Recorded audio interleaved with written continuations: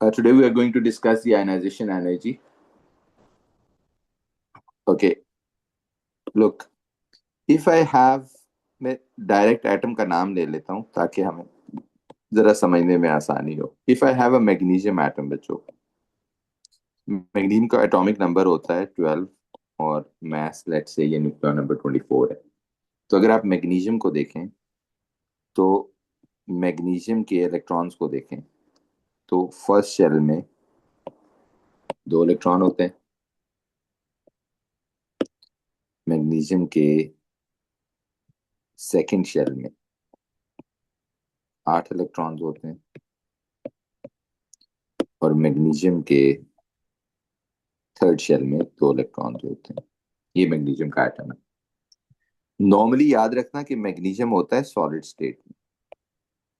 ये एक मेटल है, जाहिर है सॉलिड स्टेट में एग्जिस्ट करती है. पहले आप जब इसको हीट करेंगे तो ये आएगा गैस स्टेट में. ये एनर्जी इंक्लूडेड नहीं है. इस वक्त जो मैंने कंसिडर किया है वो मैग्नीशियम की स्टेट में है, गैस स्टेट में, ये याद रखना. फिर मैंने इसको हीट किया, यानी इसको और एनर्जी दी. जब मैंने इसको और एनर्जी दी इस मैग्नीशियम को, तो या इस मैग्नीशियम ने एनर्जी एब्जॉर्ब की और यहां से एक इलेक्ट्रॉन अपना, 2 थे ना वैलेंस में, एक लूज कर दिया, रिमूव कर दिया. यानी energy absorb to remove this electron. तो जब ये इलेक्ट्रॉन रिमूव हो जाएगा तो आई होप यू अंडरस्टैंड कि मैग्नीशियम के साथ क्या होगा. ऑब्वियसली अंदर वाले इलेक्ट्रॉन इधर ही हैं और ये दोनों इधर ही हैं, यानी पहले 2 और 8 तो उधर ही हैं. बट जो वैलेंस शेल था जिसमें 3 इलेक्ट्रॉन, 2 इलेक्ट्रॉन थे, अब कितने रह गए? एक. और इसके ऊपर ऑटोमेटिकली एक चार्ज भी आ गया है, पॉजिटिव. ठीक है. तो आप कहते हैं ये जो एनर्जी एब्जॉर्ब हुई है ना, जिसने मैग्नीशियम एटम को मैग्नीशियम आयन में चेंज कर दिया है, जिसको देखने नीचे इक्वेशन की फॉर्म में मैंने इस तरह लिखा है, राइट. तो ये मैं पीछे से मिटा देता हूं ताकि आपको कंफ्यूजन ना हो. तो आप कहते हैं this energy that is absorbed to remove electron is known as ionization energy. यानी energy required to ionize, energy absorb to ionize, right. That's the simple point, right. तो आप कहते हैं द एनर्जी, वर्ड्स में जब आप आता है इसको लिख लीजिए, द एनर्जी और इंथैल्पी एब्जॉर्ब्ड, क्योंकि ये हमेशा एब्जॉर्ब करेंगे atom, to remove, instead of 1 electron हम कहते हैं 1 मोल ऑफ इलेक्ट्रॉन, क्योंकि हम मोल्स में ही बात कर रहे होते हैं, from obviously 1 mole of gaseous atom.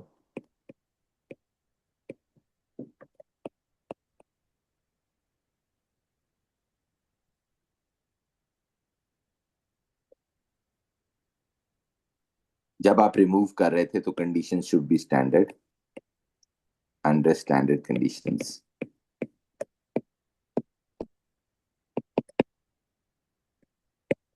known as ionization energy.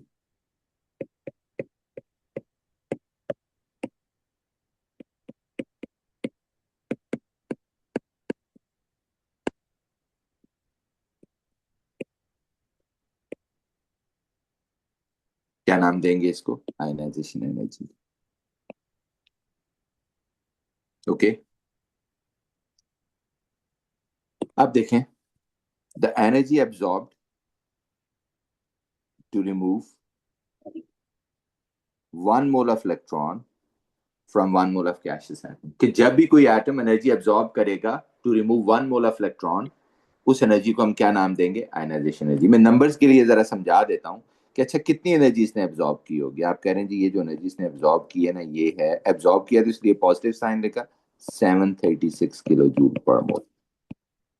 इस एनर्जी को हम बोलेंगे आई ई, यानी आयनाइजेशन एनर्जी. अब बच्चों अगला सवाल, यहां तक बात समझ आ गई. सो सोडियम एटम है लेट्स से, लेकिन होना किस स्टेट में चाहिए? गैस स्टेट में. आपने उसको हीट किया, उसने एक इलेक्ट्रॉन दे दिया, तो क्या चार्ज आ गया? Positive, +1 electron. तो delta h, ionization energy of Na, +494. कितनी एनर्जी एब्जॉर्ब की है? 494. और इसी तरह उसके ऊपर भी positive, so on and so forth. कोई भी एटम आपको समझ आ गया, एनर्जी एब्जॉर्ब करेगा, इलेक्ट्रॉन रिमूव करेगा, उसके ऊपर पॉजिटिव चार्ज आ जाएगा, that is known as ionization energy. अब जरा सुनना, लिखना छोड़ें, हिफायत देखें। अगर ये जो एम जी पॉजिटिव है बच्चों, ये वाला अभी भी स्टेट तो गैस ही है इसकी, अगर आप इसको दोबारा हीट करें, दोबारा एनर्जी दें, ये बात सुने, ये वाला इलेक्ट्रॉन रिमूव करने के लिए, ये वाला, आप कहते हैं जी यस दे सकते हैं। फिर ये एनर्जी रिमूव करने के लिए इसको भी क्या कहेंगे, आप कहेंगे इसको भी आयनाइजेशन एनर्जी ही कहेंगे, क्योंकि इसके बाद भी मैग्नीशियम देखें क्या हो जाता है, magnesium has lost another electron. ये तो इधर ही है, जो उसके आउटर शेल में दूसरा इलेक्ट्रॉन था जो एक रह गया था, मैं आउटर शेल बना रहा हूं, ये वो खाली हो गया ना, वो भी चला गया, तो इसके ऊपर क्या चार्ज आ गया, 2 पॉजिटिव। तो आप कहते हैं इसका नाम भी आयनाइजेशन एनर्जी है, हम कहते हैं यस, लेकिन क्योंकि ये सेकंड इलेक्ट्रॉन रिलीज हुआ है तो इसे सेकंड आयनाइजेशन एनर्जी कहते हैं, राइट। अब मेरा अगला सवाल ये है, क्या ये भी, अगर ये 736 किलो जूल थी तो एक ही इलेक्ट्रॉन निकला था ना, तो एक ही इलेक्ट्रॉन दोबारा निकलना है, तो क्या ये भी 736 होगी? Answer is no. क्यों? आप जरा समझना। आप कहते हैं जी हो था ये, इधर देखो बच्चे, कि जब दो इलेक्ट्रॉन थे ना, तो ये न्यूक्लियस है, न्यूक्लियस बेसिकली ग्रिप करता है इलेक्ट्रॉन को। क्या वर्ड यूज किया, ये वर्ड आपने याद रखना है, who is gripping, nucleus. Nucleus electron को ग्रिप करके रखता है। तो जब ये थे अंदर 12 पॉजिटिव, मैं नंबर से जरा बात सही समझ आती है तो समझा देता हूं, अंदर 12 पॉजिटिव थे, 12 पॉजिटिव ने इधर 12 नेगेटिव को, 12 इलेक्ट्रॉन थे ना, तो पकड़ा हुआ था। जब एक इलेक्ट्रॉन चला गया तो प्रोटॉन तो अभी भी 12 ही हैं, इलेक्ट्रॉन कितने हो गए यहाँ, 12 थे ना इलेक्ट्रॉन्स, यहाँ इलेक्ट्रॉन कितने हो गए, 11। प्लस जब न्यूक्लियस इनको खींच रहा होता है, तो अब क्योंकि सिंगल इलेक्ट्रॉन वहां रह गया, तो न्यूक्लियस इसको थोड़ा सा पास भी ले आता है।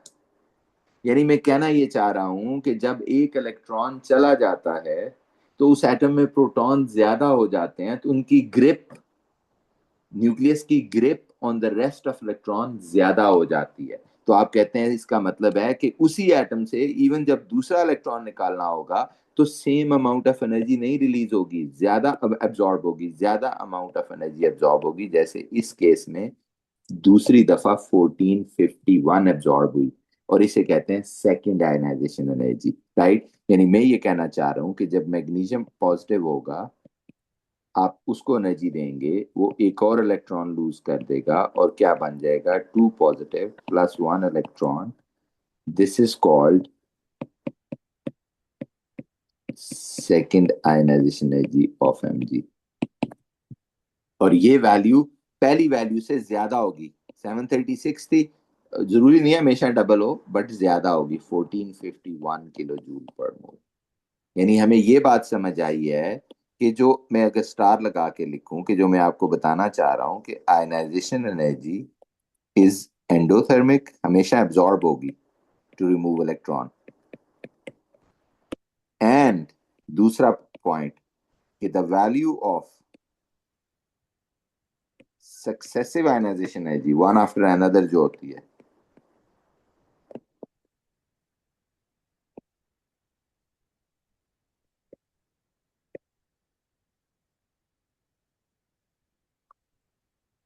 इंक्रीजेस।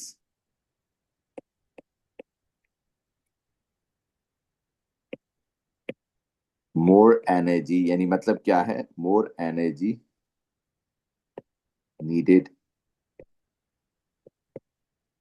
To remove electron.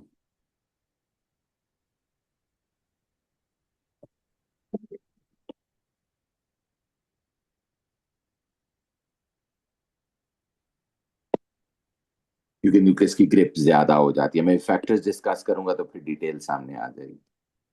अब इसी तरह आप देखना, आप कह रहे हैं जी फिर अगर मैं इस Mg2 पॉजिटिव को और हीट करूं,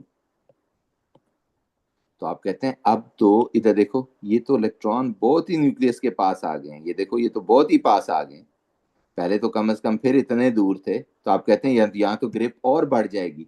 तो इवन पहले में अगर 736 थी, दूसरे में 1450 थी, तो इसमें तो उससे भी ज्यादा होगी, और वो बहुत ज्यादा होगी। इसीलिए देखें, जब आप Mg2 पॉजिटिव को हीट करते हैं और उससे तीसरा इलेक्ट्रॉन निकालते हैं, तो वो बन जाता है 3 पॉजिटिव +1 इलेक्ट्रॉन। तो तीसरा इलेक्ट्रॉन निकालने के लिए जो एनर्जी चाहिए, डेल्टा एच तो एनर्जी का साइन होता है ना, इंथैल्पी का साइन है, third ionization energy of Mg, और वो कितनी है?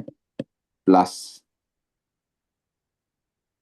That is plus 10,500 kilo joule. तो आपने देखा बहुत बड़ा जंप आ गया, एकदम 1400 से 10,000 पे चली गई है। तो एक ये भी याद रखना है। और ये कब होगा? जब भी एक वैलेंस या एक शेल से दूसरे शेल के तरफ जाएंगे, तो आप कहेंगे वो क्योंकि न्यूक्लियस के करीब हो जाते हैं इलेक्ट्रॉन। सिमिलरली जब ये सारे चले जाएंगे, तो देखो, तो फिर ये तो न्यूक्लियस के बिल्कुल साथ आ जाएगा, तो आप कह रहे हैं इसको निकालने के लिए भी एक बहुत बड़ा जंप आएगा। सो ये पॉइंट भी लिख लेना है कि वैल्यू ऑफ आयनाइजेशन एनर्जी हमेशा सक्सेसिव इंक्रीज करती है, and there is always a big jump in the value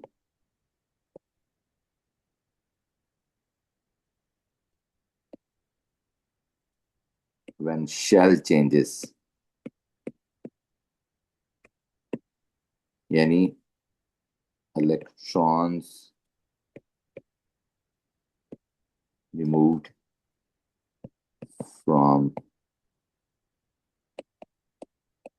inner shell. Okay,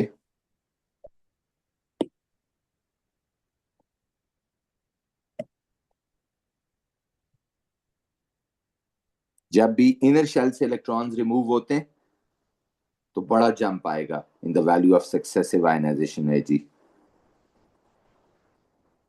और इसका इस्तेमाल भी है, मैं भी लेटर ऑन बताता हूं। लिख लीजिए, अभी मैं बता बाद में दूंगा। This can be used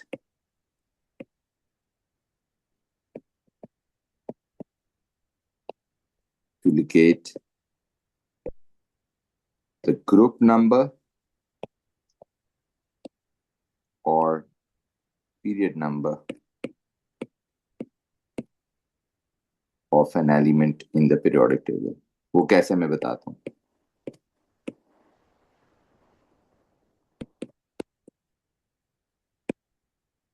but overall में मैं समझाने की कोशिश करता हूँ कि मैं क्या कहना चाह रहा हूँ। हम ये कह रहे हैं कि किसी भी एटम से जब आप इलेक्ट्रॉन्स रिमूव करते हैं, राइट, किसी भी एटम से जब आप इलेक्ट्रॉन्स रिमूव करते हैं, तो वो एटम एनर्जी एब्जॉर्ब करता है, राइट। वो जो एनर्जी एब्जॉर्ब करता है उसे आयनाइजेशन एनर्जी कहते हैं। और जो वैल्यू ऑफ आयनाइजेशन एनर्जी है, वो हर दफा इंक्रीज होती जाती है। ओके, जब भी आप करेंगे, मिसाल के तौर पे मैं एल्यूमिनियम की बात करता हूँ। Aluminium in the gas state है। आपने कहा आपने इसको हीट किया, the energy that is absorb to remove the first electron, तो ये क्या बन जाएगा? Al positive gas +1 electron, and this is known as delta H first, i.e. First ionization energy of aluminium. और ये कितनी एब्जॉर्ब हुई है, इसलिए प्लस का साइन लगाया, 577 किलो जूल पर मोल। कहता है when it is already a positive and you still heat it, तो it goes off with another electron, Al2 positive। This time the energy that is absorbed, again 1 electron, this time that energy absorbed to remove this second electron is second ionization energy।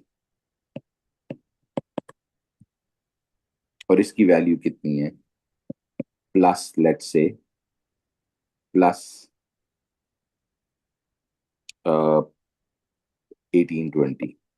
ज्यादा चाहिए थी ना, क्योंकि second electron पे nucleus की grip ज्यादा हो जाती है। फिर आ गया Al2 पॉजिटिव को मैं और हीट किया, तो उसने एक और इलेक्ट्रॉन रिमूव कर दिया, और क्या बन गया? 3 पॉजिटिव। तो energy required to remove third electron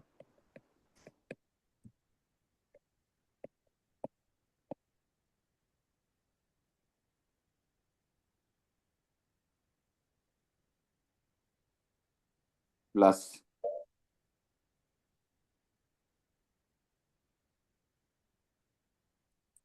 2740।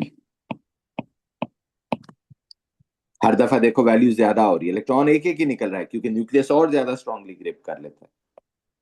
लेकिन अगर 3 पॉजिटिव को मैं और हीट करूं और वो बन जाए 4 positive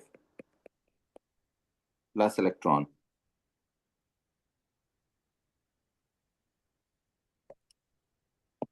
delta H, fourth ionisation energy of aluminium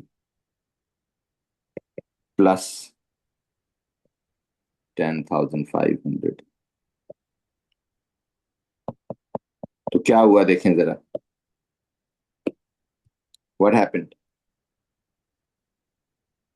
every time, you see the value goes up. लेकिन यहां बहुत बड़ा चेंज क्यों आया है?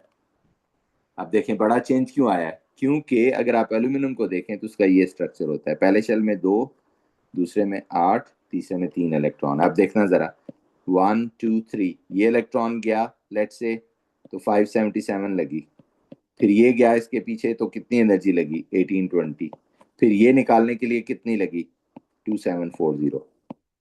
अब जब ये तीनों इलेक्ट्रॉन चले गए तो नेक्स्ट इलेक्ट्रॉन कहां से निकालना था? ऑब्वियसली नेक्स्ट शेल से। तो आप कहते हैं जब ये इलेक्ट्रॉन निकालने, कोई भी आप ले सकते हैं, आप कहते हैं ये तो न्यूक्लियस के क्योंकि बहुत करीब आ चुका था, न्यूक्लियस की ग्रिप इस पे बहुत ज्यादा हो गई थी, तो इसको निकालने के लिए 10,500 लगी। तो ये जो बड़ा जंप था इसने मुझे बता दिया कि 3 शेल्स, 3 इलेक्ट्रॉन थे, उसके बाद शेल चेंज हो गया। तो अब अगर किसी एटम के वैलेंस शेल में 3 इलेक्ट्रॉन्स हो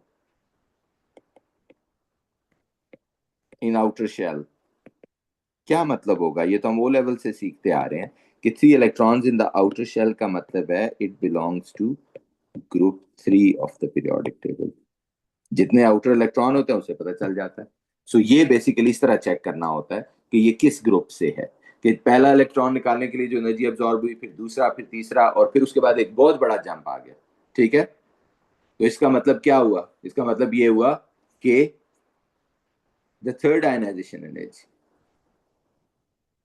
दैट इंडिकेट्स के 3 वैलेंस इलेक्ट्रॉन्स थे। ओके,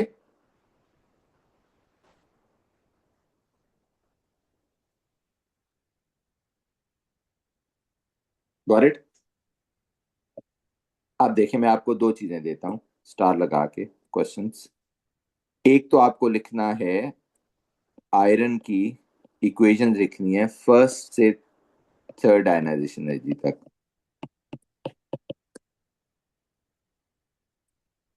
की इक्वेशंस लिखनी है, सिर्फ इक्वेशंस। फर्स्ट आयनाइजेशन एनर्जी की इक्वेशन क्या होगी? हिबा आपसे शुरू करता हूँ। Iron in what state? Gas होना चाहिए ना। absorbs energy and loses 1 electron. This energy that is absorbed to lose 1 electron, this energy is known as which ionization energy? First। Value को छोड़ देते हैं अभी। Manur, what is the equation for the second ionization energy of iron? Fe plus, and then it's Fe 2 plus, and 1 electron lost. This is the energy absorbed to second.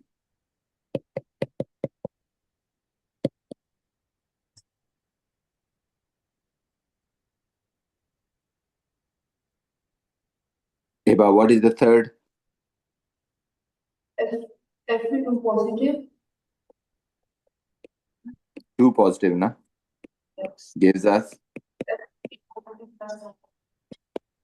gas state जरूर लिखना है इसमें। The energy absorbed is known as third ionization energy of Fe.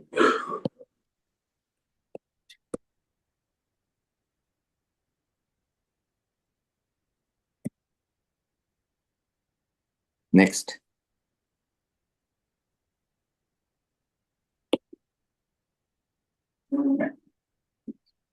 आपको let's say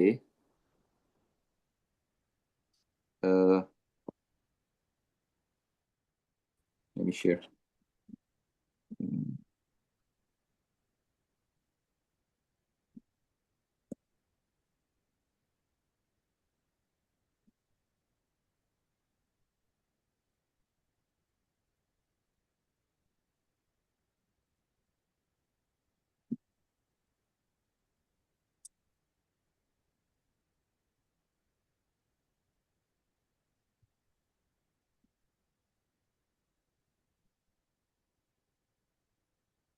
ये देखें बच्चे, अगर for example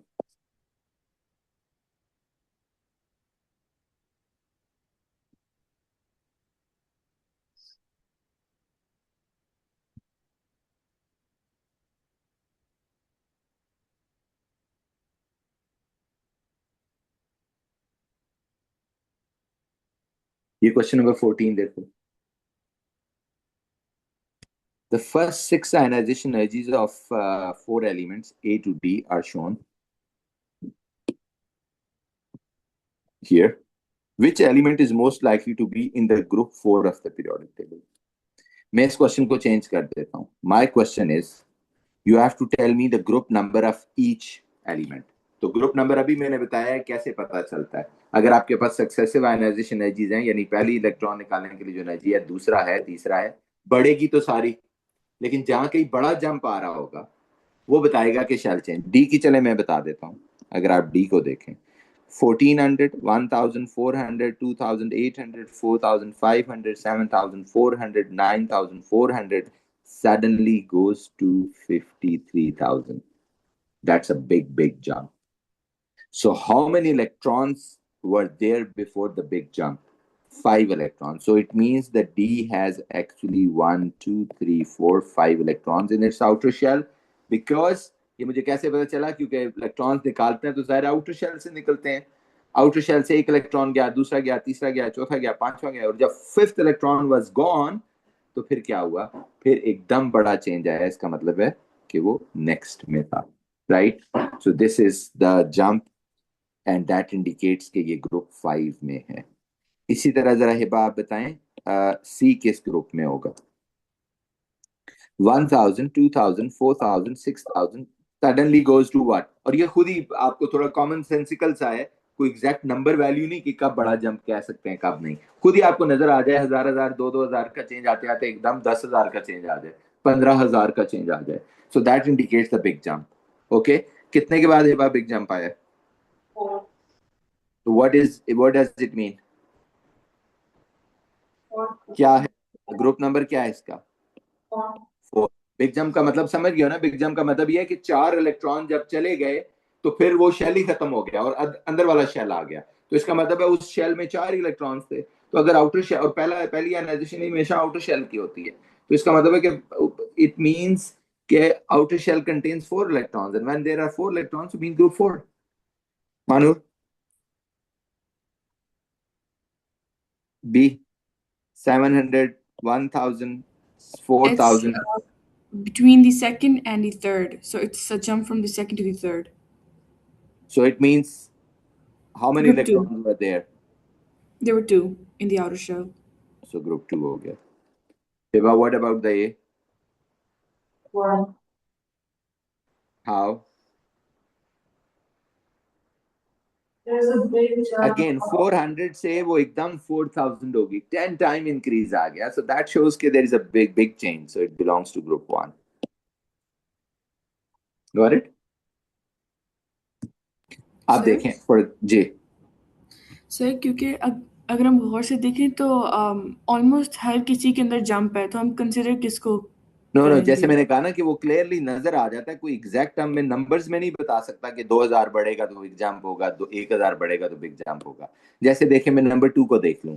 700 से 1400, 14 यानी 700 का गैप आया ऑलमोस्ट. फिर अगला गैप अगर 1,000, 1,500 का होता, 2,000 का होता तो वुड हैव मेक सेंस. एकदम कितना बड़ा जंप आ गया. तो 700 और 5,000 का तो कोई फर्क नहीं है ना. Are you getting my point? So that फिर means देखें, that 7,000 से 10,000 हुआ, 2,000 है, फिर 10,000 से 13,000, 3,000, फिर 3,000 से 18,000. सो आई थिंक 100 से एकदम 1,000 हो जाए, 1,000 से एकदम बड़ा यानी डबल डिजिट 1,000 हो जाए. सो वो उसको चीज को देखना होता है. Okay. the biggest, the first biggest Yeah, the jump. one that is not making any sequence. Yeah, the first biggest jump that is not making any sequence actually. Okay.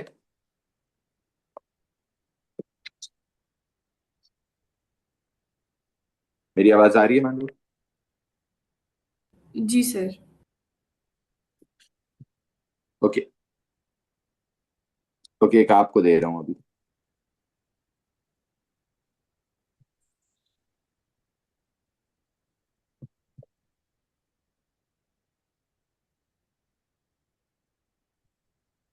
देखो बच्चों, ये क्वेश्चन गौर से पढ़ना है। अब उसमें से बीच में पकड़ा है उसमें, ये देखें, क्वेश्चन को गौर से पढ़ें। कह रहा है fifth six seventh ionization energies दी हुई हैं। State and explain the group number for element Y.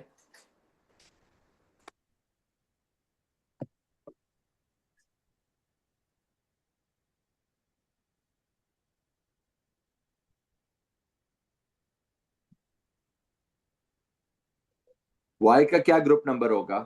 7, sorry, 7, 6000 से 9000, 9000 से 11000, 11000 से 33000। मानूर समझ आ गई है? सेवेंथ आयनाइजेशन जी एनर्जी के बाद बहुत बड़ा जंप आया, सो दैट मींस कि 7 इलेक्ट्रॉन थे वैलेंस शेल में, तो किस ग्रुप में है? ग्रुप 7 में। Okay, so it is in the group 7, right? अब मुझे वैसे बाय द वे मानूर आप बताएं, एक्स और जी, एक्स किस ग्रुप में है? Which group is x in? X is in group 6 and yes, Z in group 7. yeah, that's what we have figured out कि 6 के बाद बहुत बड़ा जंप है, सो दैट शोज कि 6 वैलेंस इलेक्ट्रॉन है, सो इसका मतलब है इसका ग्रुप 6 है। और जी का क्या बताया? What Group about? 7. Sorry, it's 6. Z is group 6. Why group 6? Sir, because there is a bigger jump from 8,781 to 11,000. The rest doesn't has that big of a jump. No, 7,000, 8,000, 11,000, 13,000. Do you find anyone?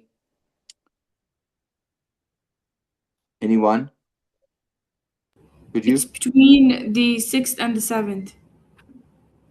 6th and 7th. Hiba, what do you say? I think it's Ji? 6, No, what if you compare with them? If you compare with them, if you compare with them, do you find a real big jump? Where is the big jump? 7,000 से 8,000 होना. Do you really see it's a big jump?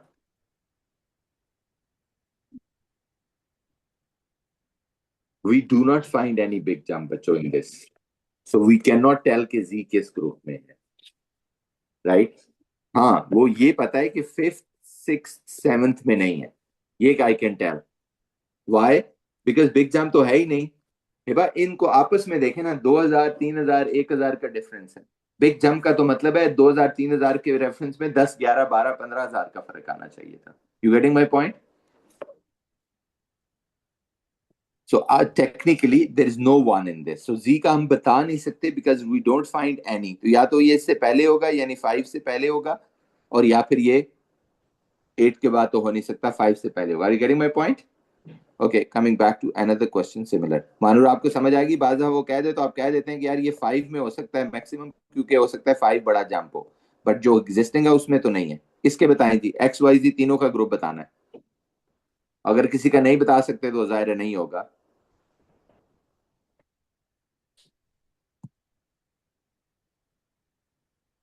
5, 6, and 7. X किस group में है? 5, Y किस group में है? 6, और जी किस ग्रुप में है? 7. मानू, व्हाट डू यू से? That's correct. राइट। सो अगर कहीं बिग जंप नहीं है तो जबरदस्ती नहीं बनाना, ओके? जी सर। Okay, next. अब एक चोल, अब आ जाते हैं वापस उसके ऊपर। लिखिए जरा अगला पार्ट। सो बिग जंप समझ आ गई कि हर दफा जब आप एक एटम से इलेक्ट्रॉन निकालेंगे तो नेक्स्ट इलेक्ट्रॉन निकालने के लिए ज्यादा एनर्जी चाहिए होगी, और वो जो नेक्स्ट इलेक्ट्रॉन निकालना होता है उसे सक्सेसिव आयनाइजेशन एनर्जी कहते हैं। और वो वैल्यू हमेशा बढ़ती है सिर्फ जब एक शेल से अंदर वाले शेल में इलेक्ट्रॉन जाते हैं, तो वो बहुत ज्यादा बढ़ जाती है, जो हमें ये भी बताती है कि शेल चेंज हुआ। उससे हम ये भी अंदाजा लगा सकते हैं कि आउटर शेल में कितने इलेक्ट्रॉन होते हैं, और जिससे हम उसके ग्रुप नंबर को भी बता सकते हैं। राइट, अब एक और चीज इसमें लिखिए, factors affecting ionisation energy.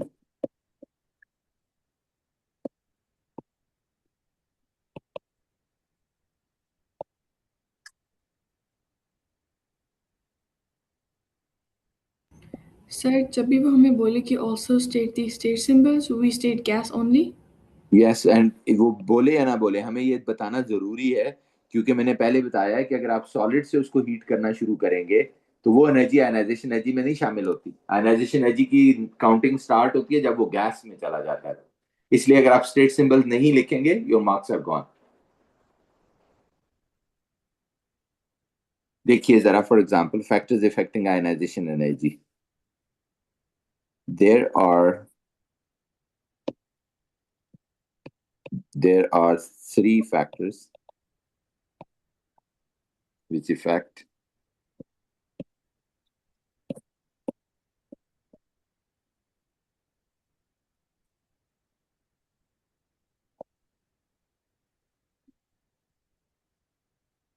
ionization energy.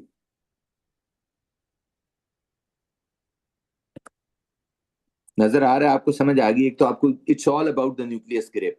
आप एक वर्ड याद रखते हैं बस, कि nucleus grip on the electron. जितनी ज्यादा होगी ज्यादा एनर्जी लगेगी टू रिमूव इट, जितनी कम होगी उतनी कम एनर्जी लगेगी टू रिमूव इट। तो तीन फैक्टर्स हैं। Number one, obviously clear factor होगा न्यूक्लियर चार्ज। आप मुझे खुद बता दें, ये 11 पॉजिटिव है, इसने इलेक्ट्रॉन को पकड़ा हुआ है। ओके, यहाँ पे 20 पॉजिटिव है, इसने भी इलेक्ट्रॉन को पकड़ा हुआ है। Who has stronger force to hold the electron? 20+। तो ऑब्वियसली इस इलेक्ट्रॉन को निकालने के लिए मुश्किल होगा, तो इसकी आयनाइजेशन एनर्जी क्या होगी? ज्यादा होगी। तो आप कहते हैं ionisation energy is directly proportional. Nuclear charge को मैं शॉर्ट करके एनसी लिख देता हूँ, एनसी, यानी greater nuclear charge more energy, greater nuclear charge, more attraction,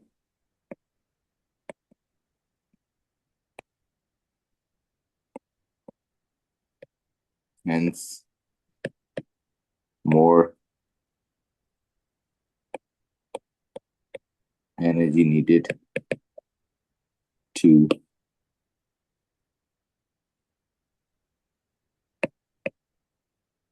remove electron.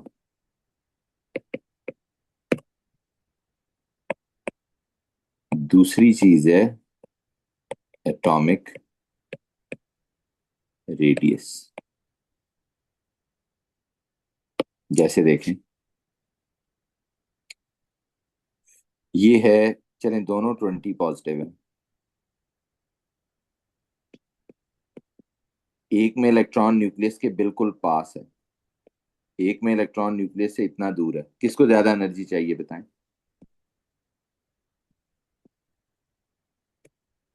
जी बच्चों। जो पास है।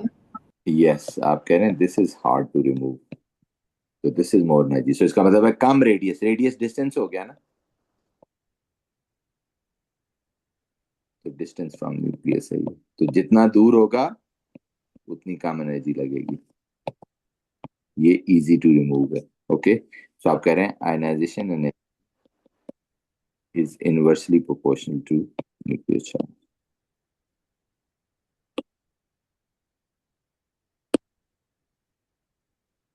मोर radius, less nuclear attraction,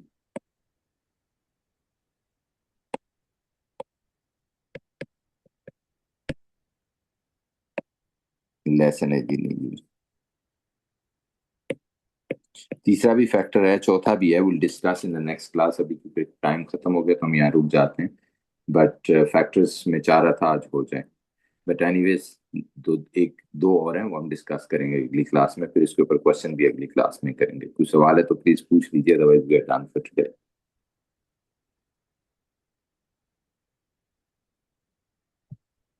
anything? Okay, thank you.